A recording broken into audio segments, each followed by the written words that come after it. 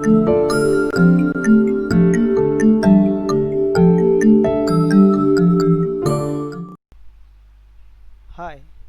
in this video we will see some of the additional function of the buffer as a geoprocessing tool. Here I have the map of Maharashtra with the uh, outer boundary and a drainage lines indicating the part of the southern India. In addition, I have here the I have shapefile indicating some water bodies. Now if you can see, this water body is located on a river. In fact, this is a one of the dam which is located in western Maharashtra. It is called as a Ujni Dam. Now let's take a hypothetical case. This Ujni Dam is a shallow water body and therefore it is also considered as a wetland. Now assume there is a study conducted by the environmentalist, and based on that study researcher identified that there should be zoning to be done around this reservoir, and accordingly the human activities should be limited. For example, there should be a zone of 250 meter from this water boundary or water body's boundary where there shouldn't be any human activity. That is a zone 1.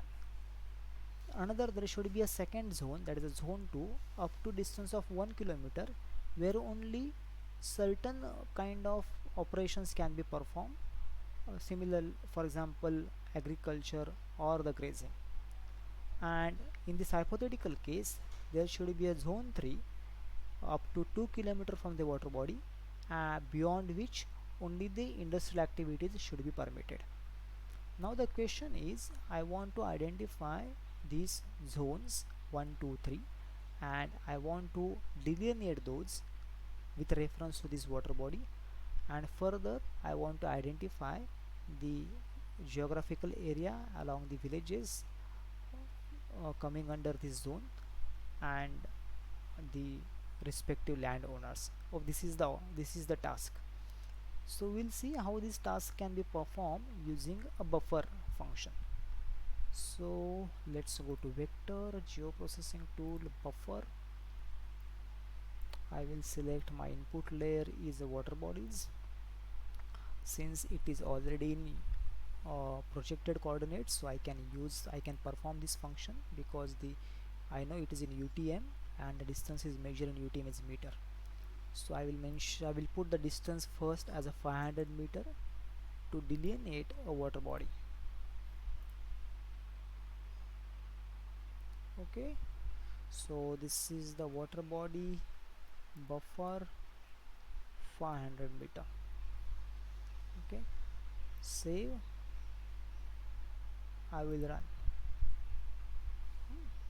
So this is a 500 meter buffer has been, so this is a polygon which shows the area of 500 meter from the water body. Here I need to change the just order.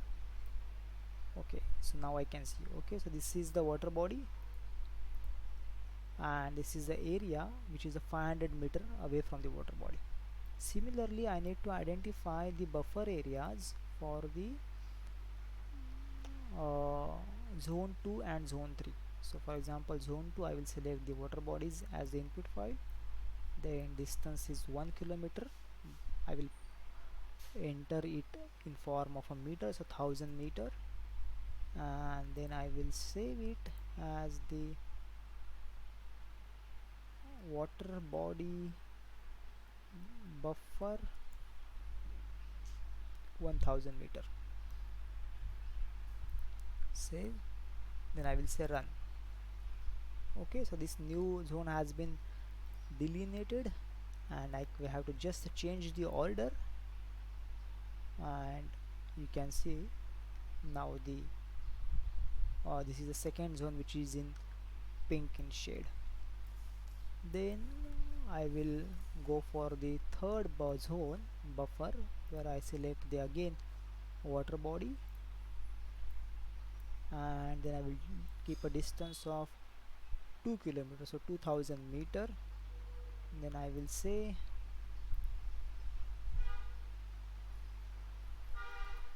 buffer 2000, it's a water body, buffer 2000 meter. Save, run, close. I will just reorder it. Okay, so I have all these three zones.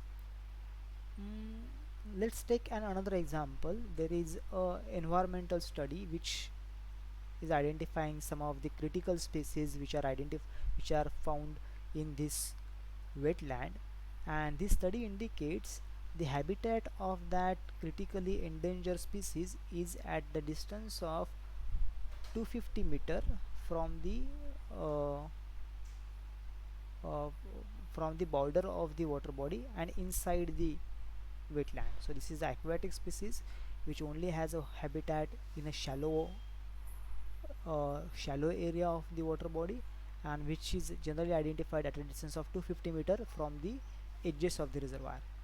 So how can I identify the delineate the zone for this particular identifying this habitat?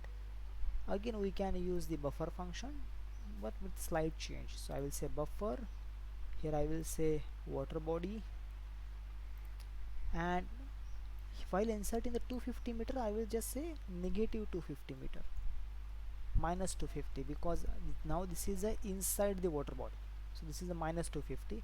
If it would have been the outside the water body, it should have been plus 250. So in earlier cases, zone 1 2 3 we had delineated with the positive value. Since it is a negative value because it is inside the water body, then I will say save to file, water body, buffer 250 meter, save, run. Okay, close. So now this, yeah, let me just change the color for the better representation.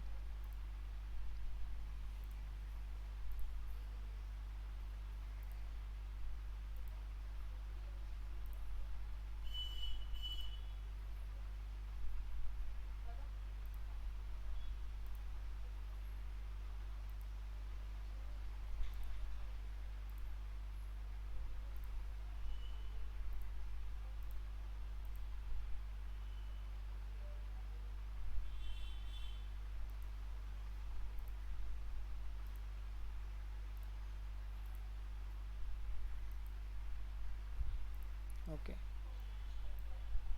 so this boundary is which is inside 250 meter from the water body, which is indicating, so this is the distance, this is the area which is represents the habitat of a particular species.